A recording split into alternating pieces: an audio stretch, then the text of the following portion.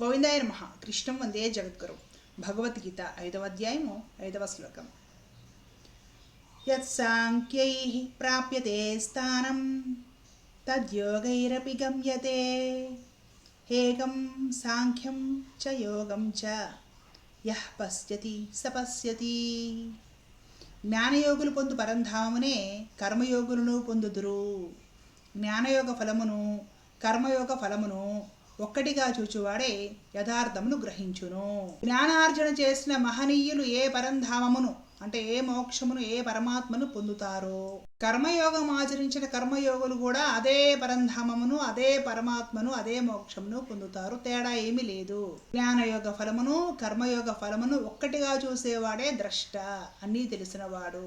అసలు పరమాత్మ భగవద్గీతలో బోధించిన దానికి ఈ రోజుల్లో మనము ఈ పూజలని ఏవో రకరకాలన్నమాట చేస్తున్న వాటికి ఎక్కడ సారూప్యత కనిపించదు. భగవద్గీతను ఇప్పటికి కూడా చాలామంది భారతీయులు సరిగ్గా అర్థం చేసుకోలేదు, అర్థం చేసుకోవడానికి ప్రయత్నం చేయడం లేదు. కాబట్టి మనశ్శాంతి లేని బ్రతుకులు బ్రతుకుతూ ఉన్నారు. చాలా మందిలో భావన ఏంటంటే భారతీయత లేదా సనాతన ధర్మము అంటే ఏంటంటే ఎప్పుడు చూసినా పూజలు చెయ్యాలి, రకరకాల పూజలు చెయ్యాలి, రకరకాల దేవీ దేవతలకు పూజలు చెయ్యాలి, రకరకాల శ్రేష్టమైన నదులలో వాటిలో స్నానాలు చేస్తూ రకరకాల పర్వదినాలలో ప్రత్యేకమైన పూజలు చేస్తూ ప్రత్యేకమైన ప్రక్రియలు చేస్తూ రకరకాల దేవాలయాల్లో రకరకాల మహిమలు జరుగుతూ ఉంటాయి. కాబట్టి వెళ్ళి అక్కడ భగవంతుడిని దర్శించి ఆ ఫలమంతా కూడా పొంది తద్వారా మన జీవితం ఇంకా సుసంపన్నంగా కష్టాలు లేకుండా సమస్యలు లేకుండా చేసుకోవాలి.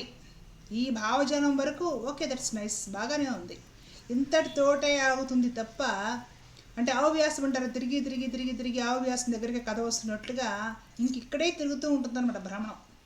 ఇంతకు మించి అసలు పరమాత్మ భగవద్గీతలో ఏం చెప్పాడో ఏం మనం అర్థం చేసుకోవాలి అనే ఆలోచన కూడా కలిగి మనం అర్థం చేసుకున్న రోజున మన జీవితాలు ఇంకా అద్భుతంగా ఉంటాయి. ఈ రోజు కూడా ఒక అపోహ ఉంటుంది భారతీయ సమాజంలో, హిందూ సమాజంలో.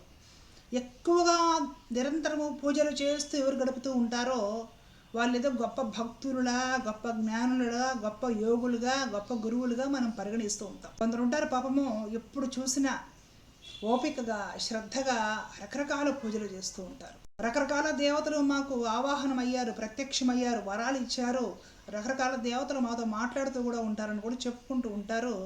మరి అదంతా కూడా వాళ్ళకే తెలియాలి. చేతుడికి రకరకాల దారాలన్నీ కట్టేసుకొని, చేతులకు రకరకాల ఉంగరాలు పెట్టేసుకొని, మెడలో రకరకాల పూసలు గొలుసులు దారాలు తావీదులు లాంటివి ఏవేవో వేసేసుకొని, ఒక్కొక్క దేవతకి ఒక్కొక్క రంగు వస్త్రం అనేసేసి రకరకాల వస్త్రాలు కట్టేసుకొని తెగ హడావిడిగా పూజలు ప్రక్రియలు లాంటివి చేస్తూ ఉంటారనమాట.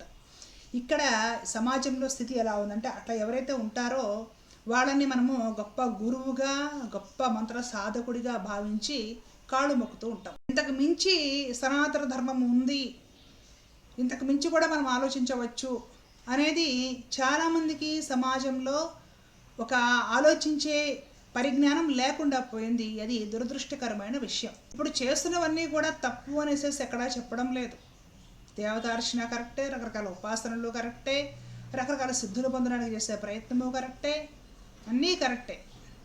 కానీ అక్కడే ఆగిపోకూడదు, అది మాత్రమే ధర్మం అనుకోకూడదు, అంతవరకే భగవంతుడు చెప్పాడు అనుకోకూడదు. అంతకు మించి మనము నేర్చుకోవడానికి తెలుసుకోవడానికి దాన్ని ఆచరించడానికి ప్రయత్నం చేసిన రోజున మానవ జన్మ సార్థకమవుతుంది. ఈ శ్లోకంలో పరమాత్ముడు ఏం చెబుతున్నాడు అంటే కర్మయోగం ఒకటి ఉంది, జ్ఞానం ఒకటి ఉంది. ఇవి రెండూ కూడా నా పరంధామానికి మిమ్మల్ని తీసుకొచ్చేవే, అంటే మీకు మోక్షాన్ని కలిగించేవే. ఈ రెండు వేరువేరు కాదు, దీనిని ఒకటిగా చూసేవాడే ద్రష్ట అని చెప్తున్నాడు.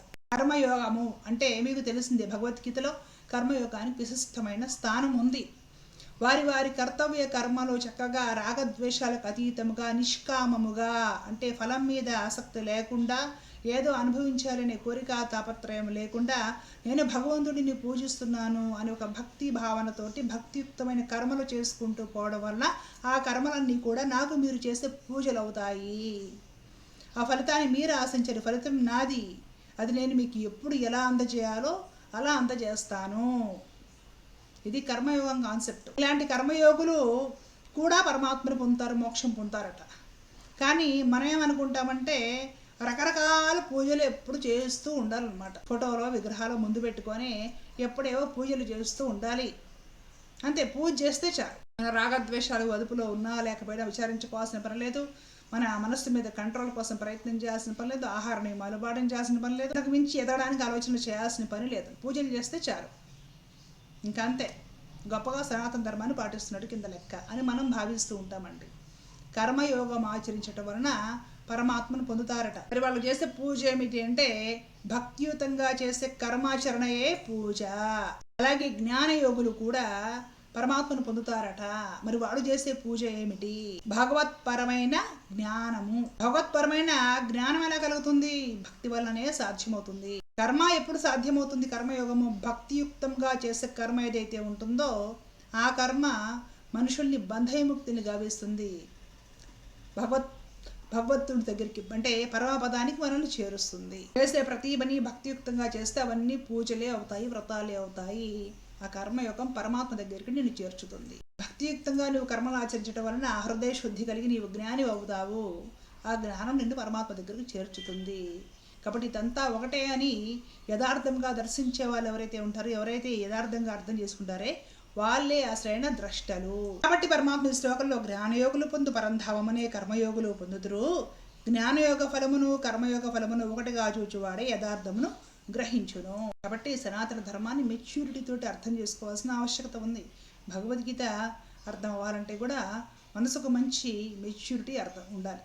భగవద్గీత అర్థం చేసుకుంటూ పోయే కొద్దీ మనసుగా మెచ్యూరిటీ తప్పకుండా కలుగుతుంది. లేదు ఆవ్యాసంలాగా ఇక్కడే ఉంటాము అంటే అది కూడా తప్పు కాదు, అక్కడే ఉండండి, ఇబ్బంది ఏమీ లేదు. కానీ అంతకు మించి 2 మెట్లు పైకి ఎక్కడానికి ప్రయత్నం చేస్తే పోయేది ఏమీ లేదు కదా, లాభమే కదా.